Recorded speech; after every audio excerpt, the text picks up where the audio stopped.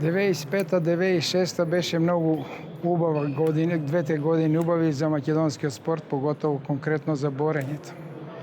Борењето тогаш доби една своја голема мотивација, екипно да стане европски првак, значи во купот на шампионите. Финалето се одржа во Радовиш, при многу публика, при многу навивање, при емоции на публиката и надвор од Радовиш и надвор од целокупниот регион на Македонија. Бучим стана европски првак. Еве го и конечниот пласман. Бучим јака од Европа, светски шампион. На второ место Девид. Потоа имаше континентално првенство светско од 4 континента, од Азија, Јапонија, од Африка, Нигерија, од Америка исто така и Бучим стана светски клубски првак. Тие надпревари беа многу значени затоа што имаше доволно публика, многу манифестации, потоа телевизиски преноси, имаше многу жустри борби, одлучуваа моменти, можда делови од секунди, поени и така натаму. И така Бучим стана стварно голем клуб, светски и европски шампион. Беше голема еуфорија у сала, славење, цело Радовиш славеше, Македонија славеше, затоа што повеќе градови имаме и од скопски борачи представници, и од Кочани, и од Штип. Тоа беше стварно македонска, права македонска веселба и прав македонски успех за спортот.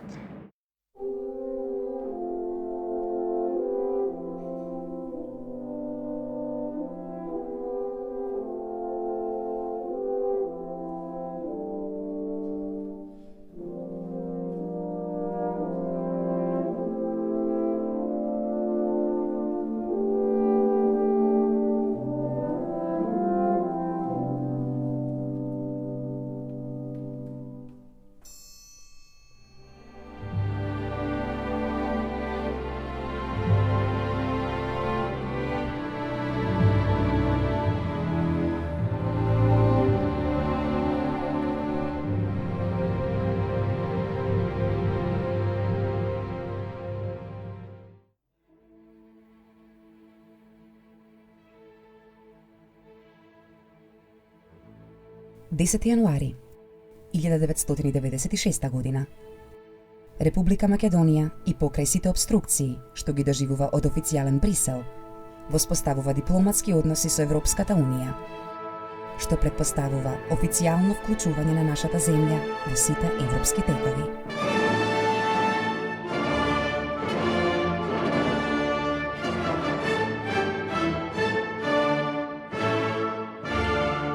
Денешната одлука на Европската Унија за воспоставување на целосни дипломатски односи со Република Македонија е еден изворедно голем чекор во меѓународната афирмација на Република Македонија и отвора простор за целосна наша соработка со Европската Унија и со земјите членки на Унијата понатаму. Сите овие процеси покажа дека Македонија чекори сериозно и одлучно напред, дека станува фактор на Балканот, дека без неа не може да се прават никакви калкулации за едината на овој наш регион, иако во тој период големи резерви имаше се уште Европската Унија, нели така, тогаш на почетокот од Европската заедница, бидејќи во агендата за 2000 година Македонија, например, не беше вклучена. Тоа е време на интензивирање на соработката и фактички во тоа време под моје раководство се одржа долготрајни преговори со Европската Унија, повеќе од година дена. Се потпиша договор за соработка и трговија, се викаше тогаш. Покасно во јавноста е познат како договор за соработка. Меѓутоа, не е тоа само договор за соработка и трговија, туку тоа е и јавно признавање официјално на Европската Унија на Македонија. Република Грција постојано ги обструира сите преговори на Македонија со меѓународните организации. Во моментот кога дојде прашањето на името, и то дојде прашањето на името околу ознаката на македонските трговски стоки. Ние баравме да стои Македонија.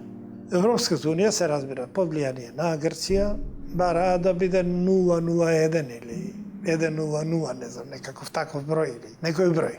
Ние аргументиравме дека и на интернет и во низа железнички сообраќај се прифаќа кратеката МКД.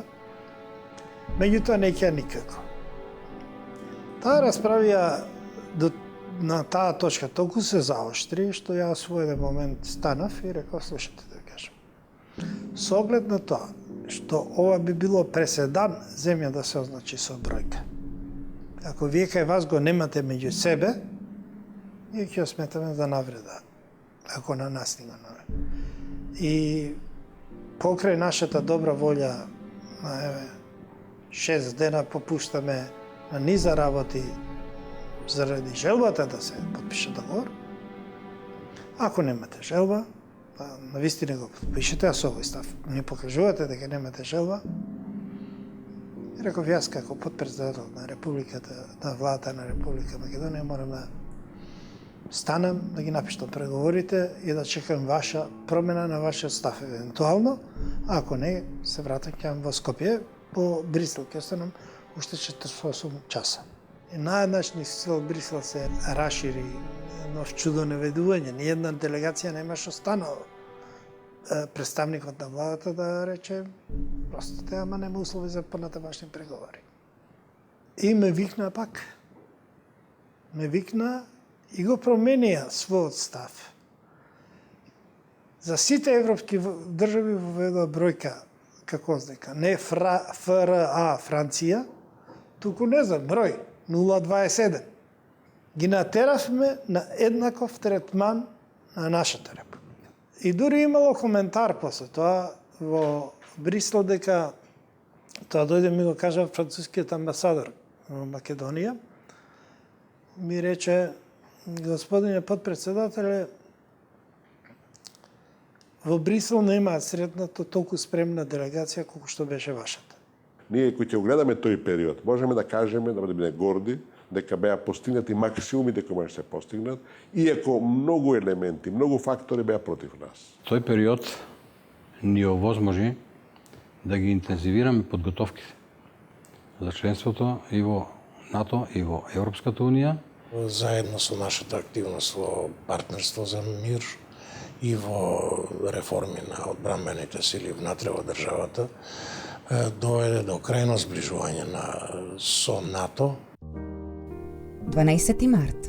Република Македонија станува членка на Северноатлантскиот совет. Таа година ја искористивме интензивно да ги створиме сите предуслови и во самото седиште на НАТО и официјално ја отворивме Канцеларијата за врски на Република Македонија, што ни даде повод веднаш потоа во Република Македонија да ги формираме и сите потребни тела за да може да се прати сето тоа што се прави на планот на подготовките, да се координираат тие активности со соодветните тела на НАТО кога зборуваме за НАТО, а исти такви органи формиравме и во врска со интеграцијата на Република Македонија во Европската унија.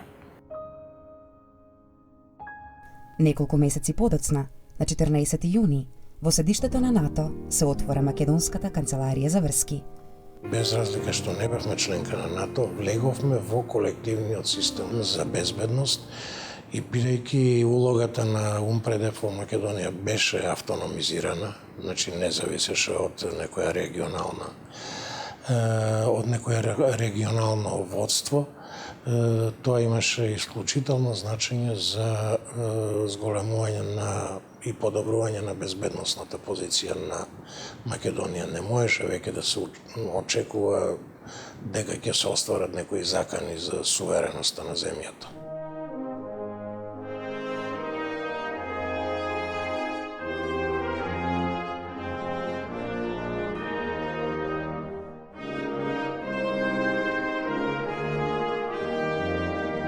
Република Македонија за кратко време успеа да воспостави дипломатски односи со голем број на земји и во тој период тоа што посебно беше важно за нас заради поддршката која што имавме од Соединетите Американски држави, што дојде до целосно воспоставување на дипломатските односи со Соединетите Американски држави со отварањето на нивната амбасада во Скопје. It is with great pleasure that today On behalf of the people and government of the United States of America, I dedicate our embassy to the people and government of this wonderful country. Да го имате за пријател, или ако сакате стратешки партнер, најмоćниот фактор на меѓународна сцена, државата која ги моделира меѓународните односи и така натаму е привилегија. The United States looks upon this country as a source of stability and democracy in what has been both historically and recently a very troubled region of the world. Со праќањето на првиот представник, после и со амбасадори во Република Македонија покажаа дека во Република Македонија гледат партнер. We share common goals, an unshakable commitment to democracy, regional stability, and improving the living standard of our peoples. The opening of this embassy is a clear demonstration of United States support and a strong symbol of our closeness.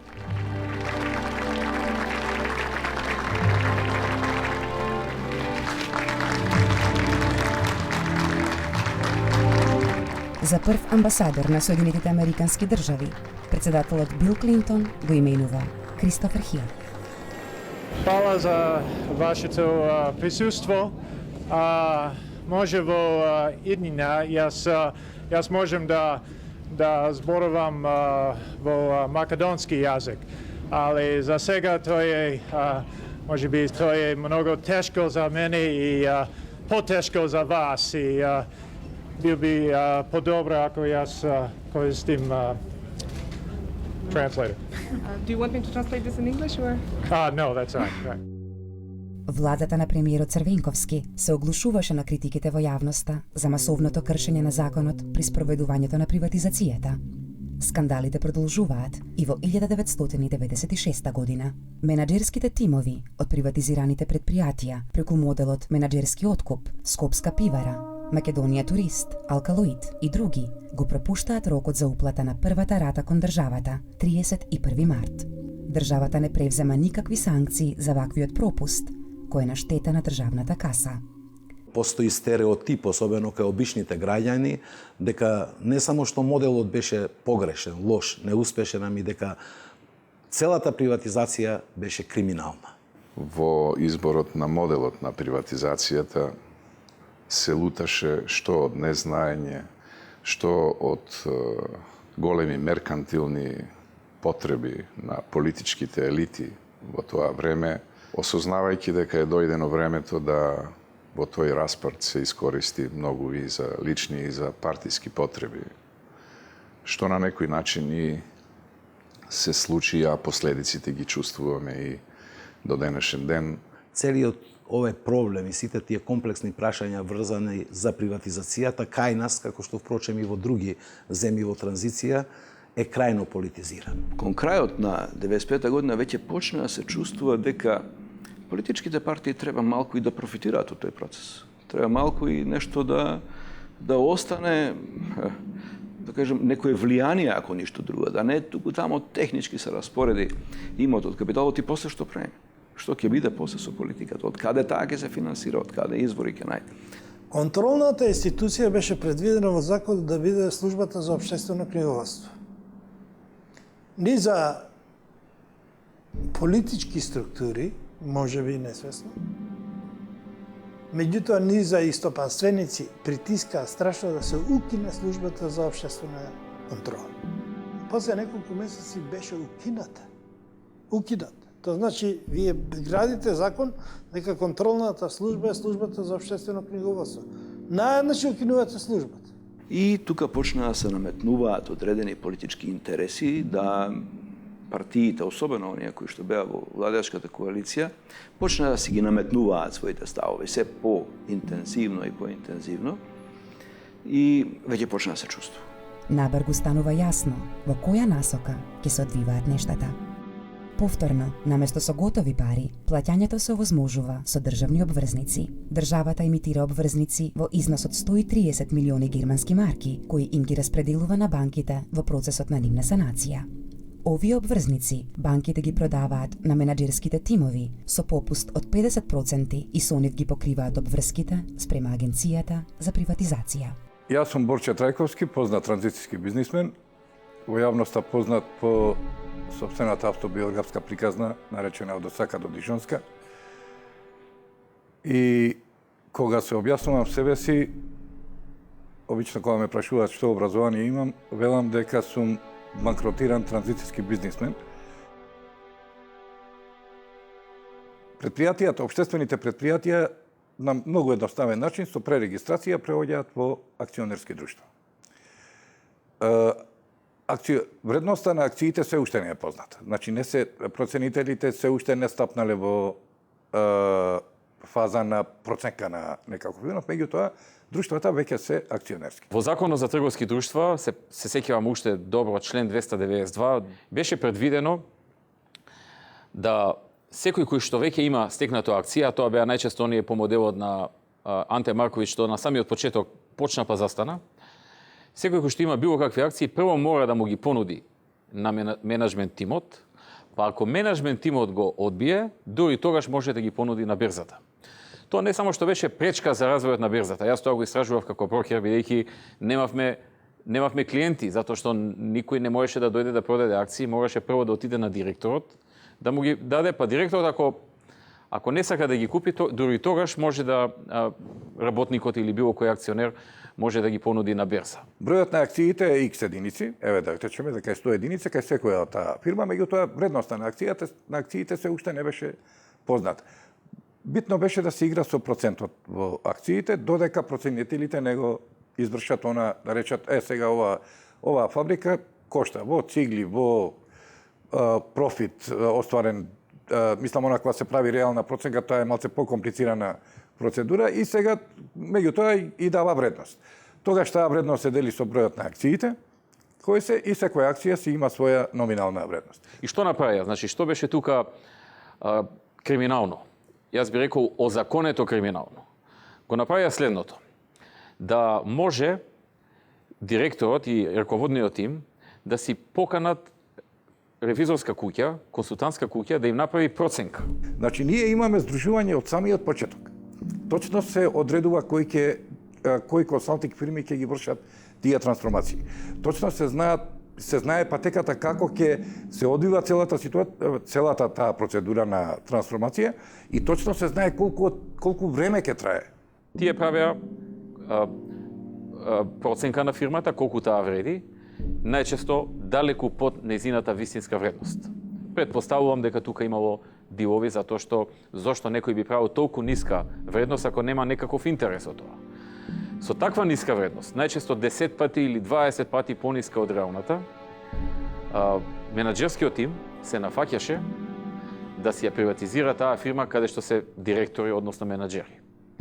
И нормално, ако некој од работниците веќе се беше стекнал со некој малцински дел од акциите, прво мораше на нив да им ги понуди, па доколку тие не сакаат, а најчесто сака, дури тогаш да ги понуди на берзата. Тоа се случува во еден период кога не постои берза, кога не постојат институции кои ќе ја контролираат целата таа, да речам, режирана трансформација.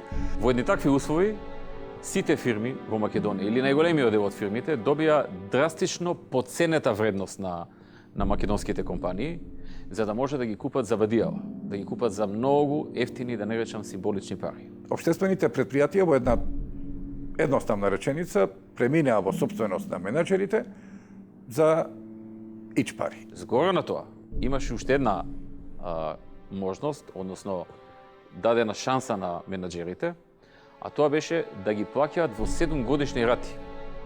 Значи, и таа символична вредност да не ја извадат од джеп и да ја платат на државата, туку практично да се ја извадат преку работа, преку дивидента и така натаму. Тие склучуваа договор, фирмата стануваше нивна, но остануваше врската во 7 годишни рати да ја платат фирмата. И што правеа тие? Фирмата продолжуваше да работи, профитот што на крајот на годината ќе го добија од фирмата, дел од тој профит ќе уплатеа како рата која што треба за приватизација. Знаете, тоа како се гледаат работите, парите не би требало да бидат од средства од предпријатијата, тоа веќе е криминал. Ако биле употребени пари кои што се на предпријатијата, тоа веќе е криминал. Тоа се случува кај сите успешни компании, сега тука нареди ги како сакаш 5, 6, 10 преку сила се. Скопски пазар, Фершпет, Пивара Скопје, Алкалоид, Реплек и уште неколку.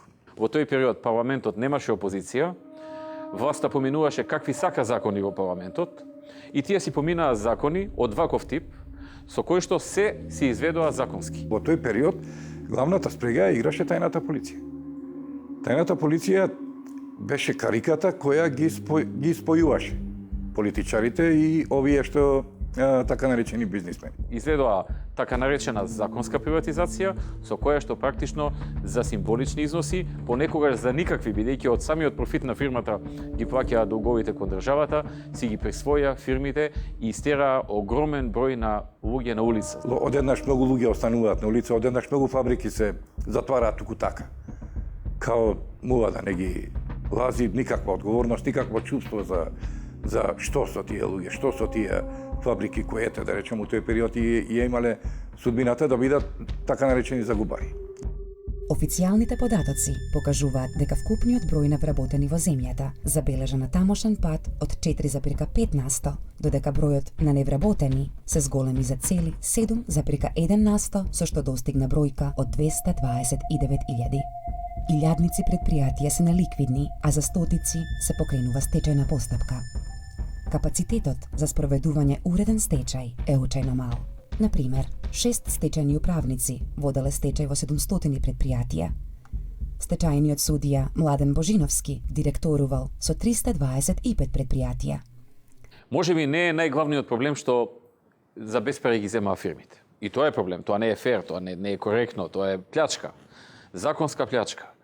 Главниот проблем е што потоа тие менаџери не знаеа да ги водат фирмите и да отворат нови пазари. Многу малку во Македонија се зборува за вината на менаџерите. Што беше проблемот со менаџерите кога веќе фирмите им беа дадени како, нели, приватизирани, за од тие фирми да не направат успешни приказни? Ги загубија источните пазари, каде што беа навикнале да работат до кај 91-2, додека не се раструи социјализмот во цел источен блок. Таму влезе приватниот капитал и таму они веќе не можеа да се снајдат, а не знаеа како да отворат нови пазари на запад. Менаџерите не направија политика како таа фирма сега како заедничка колективна приватна фирма да оди напред. Туку тие со тоа што имаа на почетокот мал дел на проценти, 1-2%, тие гледаат таа фирма како место кај што ќе го исцрпат капиталот од таа фирма, ќе направат други фирми, со можност после да се вратат да купат по големи делови или воопшто да ја пропаднат фирмата и воопшто да не се интересираат за таа фирма. Ги изгубија југословенските пазари. На запад не можеа да отворат пазар бидејќи повеќето од нив не ни говоре англиски јазик, дури ни елементарно не го познава англискиот јазик. И полека почнаа да си ја стеснуваат продажбата, односно пазарот. Штом им се намалуваше пазарот за продажба, а истовремено им се намалуваше производството. Бидејќи го намалуваа производството, мораа да отпуштаат. Оние 15 на фирми во Република Македонија кои успеа и на ваков начин да се приватизираат и денеска да бидат успешни приказни, се успешен дел од македонската приватизација. Меѓутоа, за жал, можам да кажем дека 90% од фирмите во Република Македонија со оваа приватизација пропадна, односно менаџерските екипи не беа подготвени да ги решат тие проблеми. Најголемиот проблем на приватизацијата е инсайдерскиот модел. Според тоа, главно постојните менаџери останаа собственици на фирмите, дел успеа добро да одат напред, да се преструктурираат, да се модернизираат, да воведат помодерни начини, системи на организација и на управување, да ја зголемат профитабилноста и така натаму, и тоа дел не успеа во тоа. Продолжува шверцот на сите видови стока и избегнувањето плаќање царински и даночни давачки при увозот. Најмногу се шверцува нафта, цигари, алкохолни пијалоци, кафе и други видови акцизна стока. Трпи државниот буџет, а за сметка на тоа неоправдано се богатат поединци. При ова предничат така наречените безцарински продавници, тоест популарните фришопови.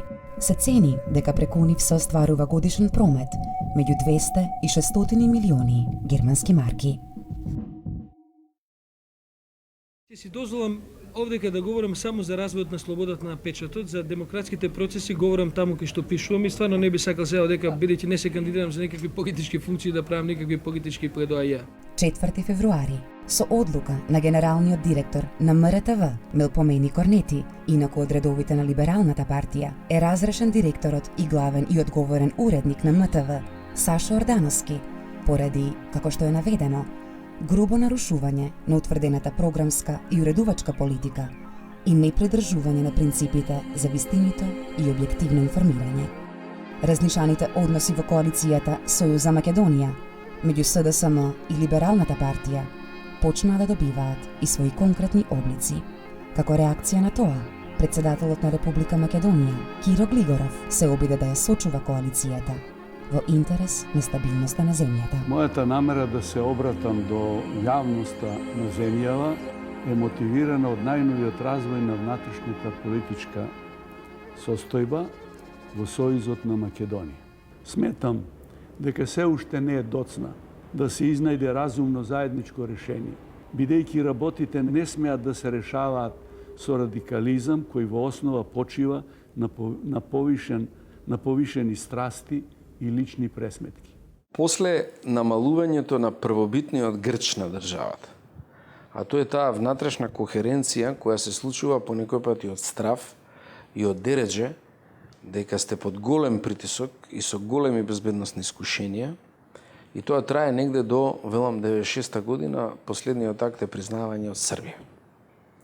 Кога тоа завршува, вие станувате членка на ЦЕМИ, значи јасно е во политичката карта дека ќе ве биде, имате втора етапа на својот развој, тогаш одеднаш попуштаат преходните механизми кои ве држеле заедно. Мислам дека во тоа време не се работеше за некои битни програмски разлики, бидејќи програмата на таа коалиција за Македонија однапред беше и позната, прифатена од членките на коалицијата.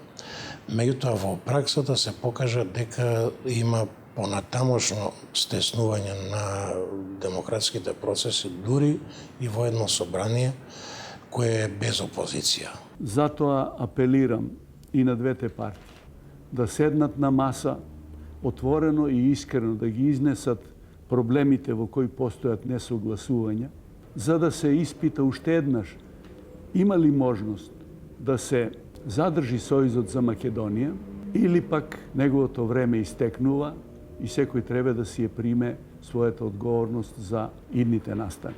Че прво се случи расправа во владечката коалиција, СДСМ либерали, и јас тога си дозволив полемика со либералите. Мислам дека тие има една така исто така занесена позиција како мала партија, премногу се дозволува. Внатре нема некаков баланс на своите мерки. Тие либералите тоа го правеа подосна до моментот додека не исчезнаа као што е на последни избори. Така што се виде дека не само што парламентот не може да функционира без и не функционира без опозиција, туку и дека и другите демократски, односно форми на непосредна демократија што се уставно предвидени не функционираат. Се јавува една релативно покомотна, па би рекол и поарогантна фаза на владење на СДСМ.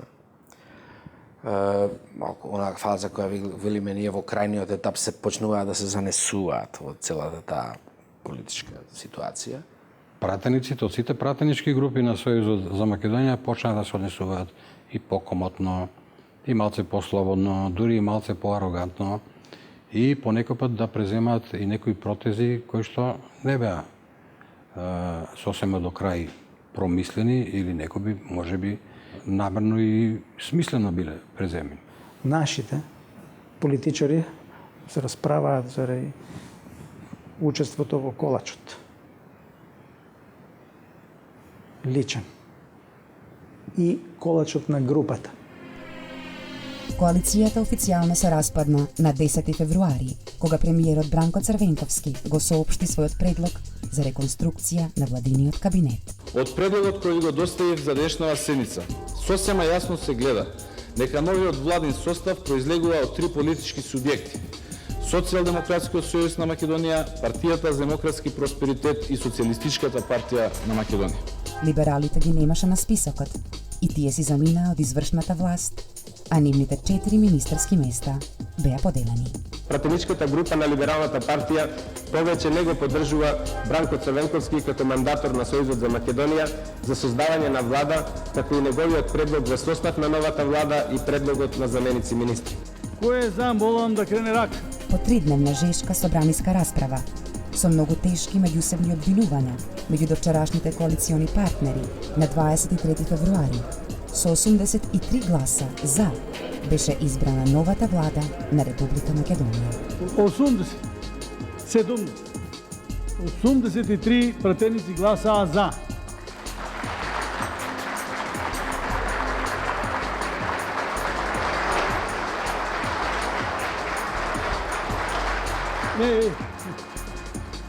Констатирам дека собранието избра влада на Република Македонија. Либералите преминаа во опозиција.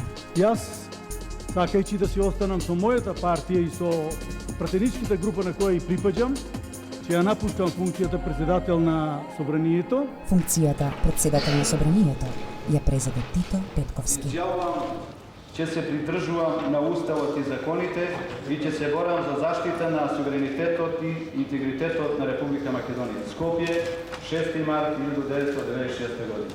За мене беше многу лесно. Значи, седмиците беа многу ефикасни, точките на дневен ред се стакува релативно брзо. Имаше апсолутно задоволство меѓу пратениците во тој момент да се работи. Но не е добро за развојот на демократијата. Вие ако немате опозиција, а немавме опозиција во тоа време, познатите причини, нели, заради бојкотот на ВМРО-ДПМН и Демократската партија на вториот круг од изборите, и мислам дека тоа практично таа лекција не ја научивме ни денес. Беше тоа некаков чин на расцеп и на распад на монолитноста на Социјалдемократскиот сојуз. Тоа не охрабри да тргнеме во оваа иницијатива за предвремени избори. И мислам дека да се соберат 220.000 потписи во Република Македонија за предвремени избори е навистина голем чин.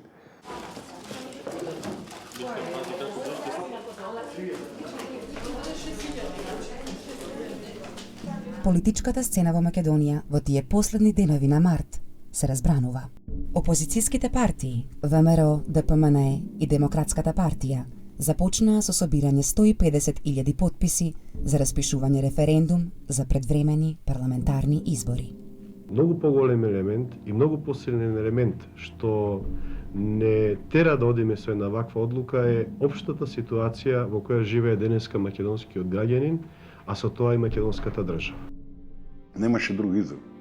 Гледавме каде оди државата и гледавме дека практично се создава држава која треба да служи на една одредена олигархија, а не да биде сервис на граѓаните. Уставот на Република Македонија овозможуваше преку референдум, собирање на 150.000 потписи и закажување на референдум да се одлучи да се одржат предвремени избори. Денеска сакаме да обзнаниме дека акцијата за собирање 150.000 потписи започнува да се реализира од утре недела 24 март. Потписите се собираа преку ливчиња во 3 примероци, одбележани со сериски број. Ливчињата беа носени до домовите на граѓаните преку партиските активисти. Се решивме да собираме потписи, јас бев еден од тие што собира. И морам да ви кажам дека тоа беше молскавично брзо. Граѓаните неверојатно добро и неверојатно мотивирано ја прифати иницијатива и собравме многу повеќе од колку што уставот предвидуваше и одиме сега да ги носиме. Успеавме да собереме повеќе од 220.000 потписи за само 4 дена. И ги однесовме свечено во собранието, ги носевме на раце, ги внесовме во собрание и потоа останавме и ден и ноќ да бдееме над ливчињата додека службите од собранието ги броеа, затоа што не им верувавме, морам да признаам. 7 ми фалат, дај ми 7. Актуелната власт почнаа да тврдат дека уставот не дозволува на тој начин да се предизвикаат предвремени избори. Никако не смее да се дозволи референдумот да се поцени како форма на непосредна демократија. Според тогашниот устав, секој подпис беше валиден. И одиме да се видиме со председателот на собрание. И го прошам господинот Тито Петковски дали ќе распишат, ако треба, уште еден референдум, на кој ќе има едно прашање, дали сте за предвремени избори. И вика нема. Како бе нема? Ќе го кршите уставот, ќе го кршите. Причината беше многу тривијална. Подписите не се собираа во институциите на системот, во државата. Значи не се легитимираа луѓето со лична карта дека е тој и тој, од тоа можеше навистина да се посомнева секој. Ако не се легитимирате вие, одите во местната канцеларија или во подршната единица на Министерството за правда и кажете дека сте XY со личната карта и се подпишувате на иницијативата. Само половина час по предавањето на подписите започна собраниска седница на која итно беше донесен нов закон за собирање подписи и нов закон за распишување референдум, со кои закони се менуваше Уставот, се со цел да пропадне акцијата за предвремени избори. Комисијата за политички систем му предлага на собранието да го усвои следниот заклучок. Прво, нема уставен основ за донесување одлука за распишување референдум за предвремени избори за пратеници на собранието на Република Македонија. Дознавајќи за нашата иницијатива дека собираат подписи, тие ноќе подготвуваа закон за собирање на подписи за референдум, со кој што сакаат во кој што сакаат да вградат стотици пречки како што помалку луѓе да можат да успеат или да сакаат да дадат подпис. Која за предложениот заклучок молам да хрене рака? Пред да ги подигнете вашите раце против референдумот, сепак би ве замолил малку да помислите. Која е цената на свесното кршење на базичните одредби на Уставот? 66 пратеници гласаа за, дали некој има против? Зошто стравот од референдум? Референдумот не се нови избори. Референдумот е само прашање дали имате доверба или немате доверба. 18 пратеници гласаа против. Кој се воздржува од гласање, молам? Додека траеше седницата, пред собранието се одржуваа протести како поддршка на иницијативата. Еден пратеник се воздржува од гласање. Констатирам дека собранието го усвои предложениот заклучок. После тоа уследи донесувањето на закон, измените на законот за референдум, значи вие одите во подршната единица на Министерството за правда или во местната канцеларија, се легитимирате, се подпишувате за иницијативата и таа веќе има и легалитет, има и легитимитет. Ние поднесовме жалба до Уставниот суд. Јас бев на на одбраната на нашата иницијатива.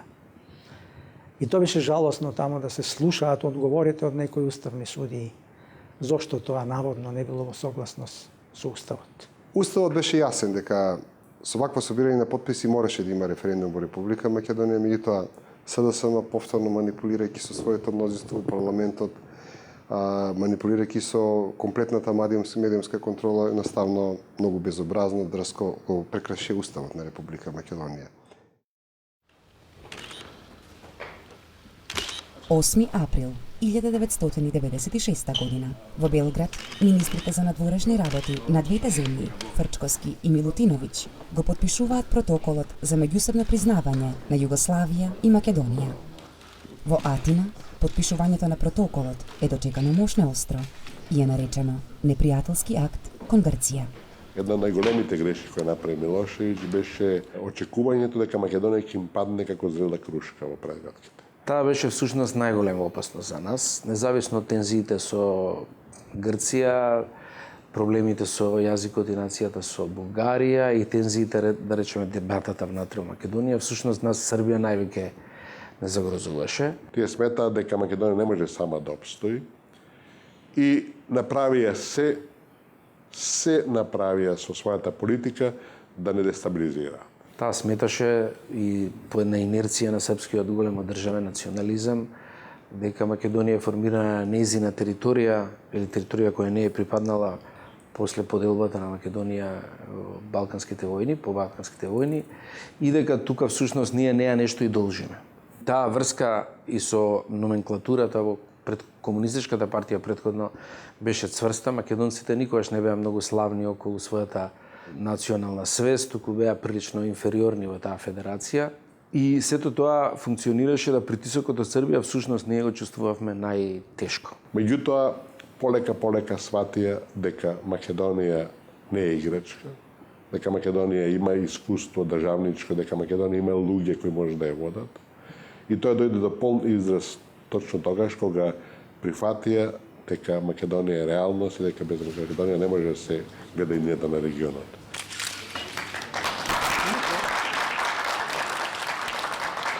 Денеска завршивме една добра работа, на еден нормален и достоинствен начин ги регулиравме базичните односи меѓу нашите две држави, отварајќи веројатно нова страница во историјата на односите на двете држави, Република Македонија и Југославија, и секако придонесувајќи за значајно стабилизирање и перспектива за развој на целиот регион.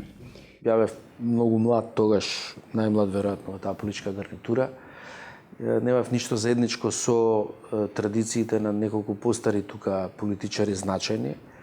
Меѓутоа, за мене, сакам да кажам некој начин и од страна како го гледав тој проблем, немаше дилема во патриотската ориентација на политичката елита во Македонија. Не мислам дека некој од нив бутка на кај Србија или на кај Бугарија на така значаен начин да тоа биде влијателно. Не, имаше линија кон независна македонска држава, може да имаше разлики околу патот кој треба да се фати за негово естаблирање, но не суштински околу некакви конспирации за ново загрозување на независност. 26. април. На светскиот собир на лидери и стопанственици во Кран, Монтана, на Киро Глигоров му е врачена годишната награда за заслуги за мирот. Се чувствувам како среќен човек, затоа што навистина едно признание од еден ваков форум кој собира многу познати политичари, стопанственици, луѓе кои се занимаваат со иднината на овој свет и бараат патишта за соработка. Сметам дека ова е признание за нашата земја, за нашата политика. А јас сум само символот на таа политика. Патот на Македонија кон светските институции продолжува. Париз, 8 мај, Македонија и пристапува на Париската повелба. Голема ми е чест денес да ви го предадам писмото со кое Македонија пристапува кон Париската повелба. Мерси. Во Хелсинки, Македонија ја подпишува Хелсиншката повелба и му пристапува на КЕПС. Наскоро ќе имаме можности да склучиме нови договори кои ќе овозможат поефикасно работење на шведските и финските фирми во Македонија. Во половината на септември, на Генералното собрание на Организацијата на Обединетите нации во Њу Јорк, Македонија ја истакнува својата кандидатура за непостојана членка на Советот за безбедност за годината 1997-98. Раководена од желбата за свое конструктивно учество и активен придонес во работата на Обединетите нации, Република Македонија ја истакна својата кандидатура за непостојана членка на Советот за безбедност за периодот 1998-99 година.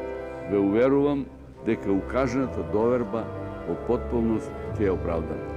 Токму на ова собрание, Македонија ја предлага двојната формула во решавањето на спорот со Грција. Двојната формула предлага уставното име да биде за општа употреба во ООН и светот, а име што ќе се договори со Грција за билатералните комуникации. Грција го одбива овој предлог, а противењето станува нивна официјална политика. 28 март. Во Скопје започнува да работи македонската берза на долгорочни харти од вредност, прв пазар на капитал во нашата земја.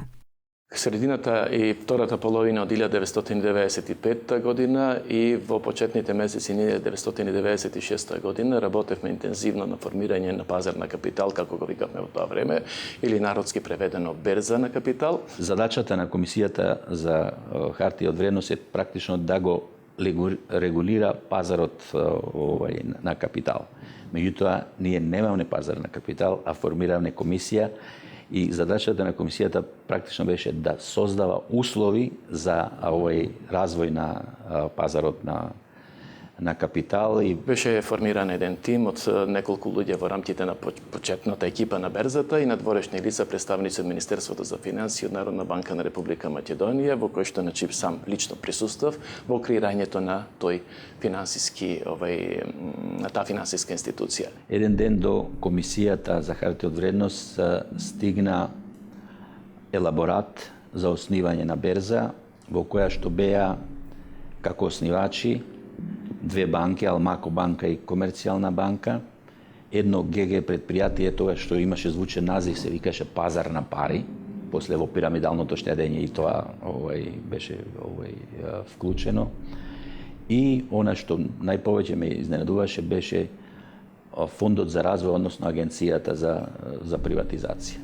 По законот, како основачи на берза можеа да бидат само банки, а овдека се јавува и предпријатија, и ние едногласни бевме дека треба да се даде негативно решение, поготово што ќе беше преседан и ќе се направеше голема грешка ако Агенција за приватизација биде член на берзата, кај што се најголемите овие инсайт информации, што се внатрешни информации кои што ги поседува таа и може големи злоупотреби да се прават. Меѓутоа имаше во рамките на владата големи подржувачи на таа идеја. И бевне под голем притисок. Во комисијата беа и одредени членови што работеа во одделни министерства и тие беа од нивните министри под голем притисок. Меѓутоа успеавме да издржиме и го одбивме тој предлог. И потоа јас испратив писмо до британскиот ноу-хау фонд. Испратија тие експерт од Англија. Моделот што беше прифатен беше модел врз база на англиско искуство, но среќата е во тоа што по моје мислење, а тоа не е моје само мислење, англиските институции се прилично цврсти, јаки, со голем капацитет на действување и со голем кредибилитет. Работевме неколку месеци тука заедно со комисијата и го направивме моделот на македонската берза кој што почна да работи во март 96 година кога председател Глигоров го удри звоното.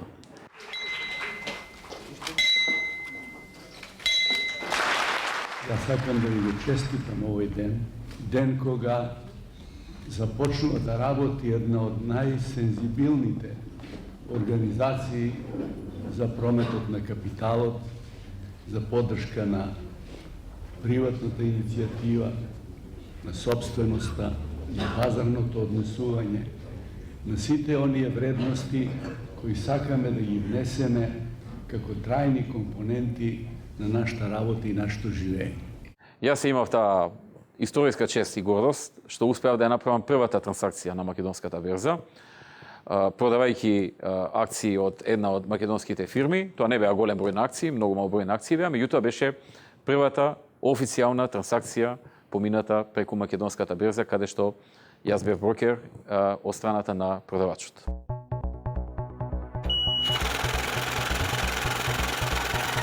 Септември 1996 година Народната банка на Република Македонија ги промовира новите македонски денари. 6 банкноти со поенска структура од 10, 50, 100, 500, 1000 и 5000 денари. Практично оние што важат и денеска.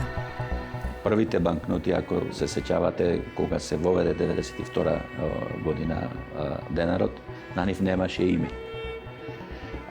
Стоеше 5, али нешто. Тоа немаше име затоа што тие се изработуваа во најголема тајна, а името мора да го даде парламентот на валутата. Ако се одеше во парламент за тоа ќе се откриеше дека се припремаме за воведување и онда ќе имаше огромни последици по македонската економија. Меѓувреме направивме нови пари кои што има повеќе заштитни елементи и кои ќе беа пуштени во оптек на 9 мај 1993 година. И тие функционира во следните 3 години.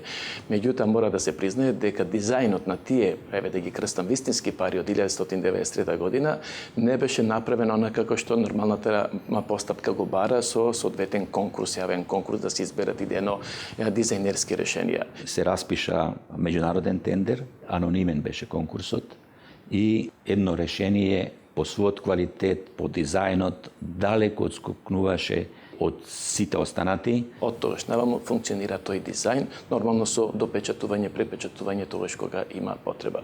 Имаме признанија од голем број на експерти што работат по централни банки или по нумизматички музеи, дека се меѓу најубаво дизајнираните пари во светот, влегуваат во таа мала група на најубави пари.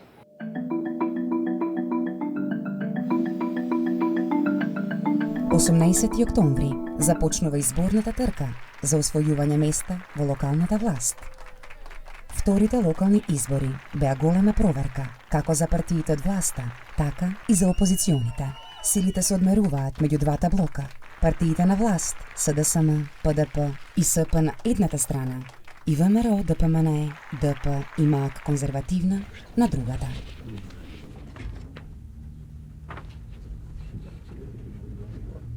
Правиме еден договор кој ќе биде пред се нова политичка сила во Република Македонија. Таа коалиција практично беше помош за враќање на политичката сцена на двете политички структури и тоа беше јасна порака дека ние сме тука, ги чекаме новите парламентарни избори и се подготвуваме за тие парламентарни избори. На тој начин се надеваме дека веројатноста за успех на овие локални избори, кои што ги сметаме за многу значајни, ќе биде навистина многу зголемена. Секој пат е важно да имате добар резултат на изборите. Се исполнуваат очекувањата на членството на симпатизерите. Доаѓате во ситуација да покажете дали сте ист како другите или сте различен.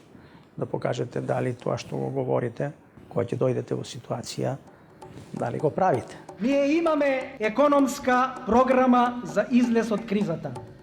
Таа програма не се подпира на провинцијските стандарди што не турнаа во оваа беда. Ние мораме да се сочиме со реалноста дека Македонија не влегува во Европската заедница во наредните 10 или 15 години, тоа и самата Европска заедница ни го порачува. Незадоволството од владењето на СДСМ и нејзините партнери беше очигледно. Опозицијски кандидат за градоначалник на Скопје беше Ристо Пенов од Демократската партија. Најпрво нудиме јавност во нашето работење. Наместо досегашната практика, применета во целата држава, секој прибран денар во градската каса ќе биде ставен на јавен увид. Секој потрошен денар на јавен отчет. Не гласете за оние што зборуваат дека знаат, гласете за оние што покажаа дека знаат како се води држава. Социјалдемократите за градоначалник на Скопје го кандидираа Јовица Угриновски. Мојот однос кон Скопје и моето поимање на Скопје и на скопјани се противи на тоа да живееме во ваков град. Ве повикувам и на овие избори да ја дадете својата подршка за кандидатите на Социјалдемократскиот сојуз на Македонија, за да можеме заедно со вас да продолжиме по овој пат, да создадеме подобра иднина за нас, за нашите семејства, за нашите деца. Тие што имаат вака, нека гласат да остане така. Тие што сакат промени, нека гласат за промени. Ако го сакате ово последно, треба да гласате за кандидатите на Либералната партија. Јас сум ви гаранција. Големи амбиции во својот кандидат за градоначалник на Скопје, Дарко Марковиќ, полагаше Либералната партија на Андов. Гледа ова ноемвриско сонце и ни кажува дека е отпочнат периодот на опрезнување за поквалитетен и посодржаен живот. Како независен кандидат во трката за градоначалник на главниот град се појави Љупчо Николовски Фуфо. Кога се кандидирав, реков дека очекувам да ги добијам гласовите од скопјаните, така да и сега ќе го изјавам тоа, дека очекувам да ги добијам гласовите од скопјаните. И албанските ПДПА и НДП имаа високи амбиции и сакаа да ја урнат представата дека ПДП е најголемата партија на албанците во Македонија. Од 90-та година до 98 година се инсталираше во Македонија политички принцип дека во Македонија ВМРО ДПМН е демократската партија или било кој друг демократска алтернатива и така натаму не смее да владее. Локалните избори беа голема порека до актуелната влада дека едноставно народот не е задоволен од тоа што се случува во Македонија. Тогаш се направи просто промена во свеста на луѓето, рекоа па еве можело и поинаку. Локалните избори ќе останат запаметени поради инцидентите и повеќе кратното прегласување во битката за тетовски градоначалник, водена внатре во албанскиот политички блок. На изборите одржани на 17 ноември, по 2 изборни круга и со одзив на гласачи од околу 55%, СДСМ освои 54 градоначалнички места, а опозиционата коалиција 30. ПДП освои 14, а конкурентот ПДПА 5. Социјалдемократите беа задоволни од бројот на градоначалнички и советнички места, но задоволството го делеше и коалицијата, зашто нивните градоначалници и советници беа избрани во градските средини. Згора на тоа, и нивниот заеднички кандидат, Ристо Пенов, стана градоначалник на Скопје. За прв пат на опозицијата и се даде можност да покаже како ја практикува власта. И тоа прво владење на локално ниво беше полно со ентузијазам, полно со самопрегор во работата, не се штедевме деноноќно и имаше големи резултати. 96-та локалните избори покажаа дека кога би се одржале парламентарни избори, ако иницијативата беше прифатена, власта ќе ја загубеше својата позиција.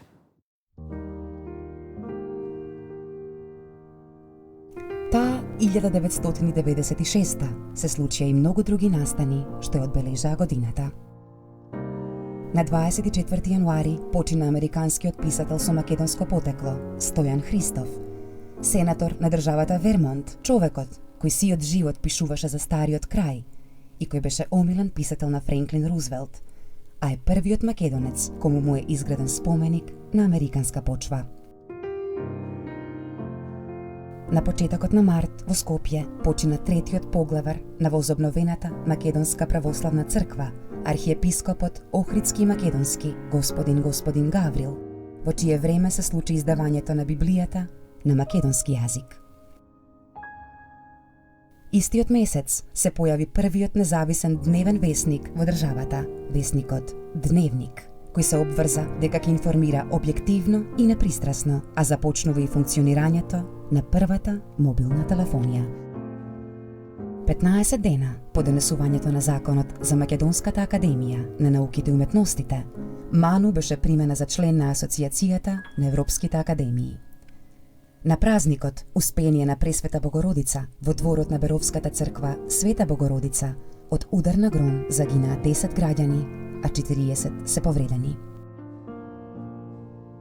На 11 октомври пуштане во употреба магистралниот пат Тетово-Гостивар, а потпишан е договорот за изградба на браната Козјак. На 26 декември во селото Малкоец Кичевско умре Сајко Митревски, најстариот македонец, кој доживеа 110 години.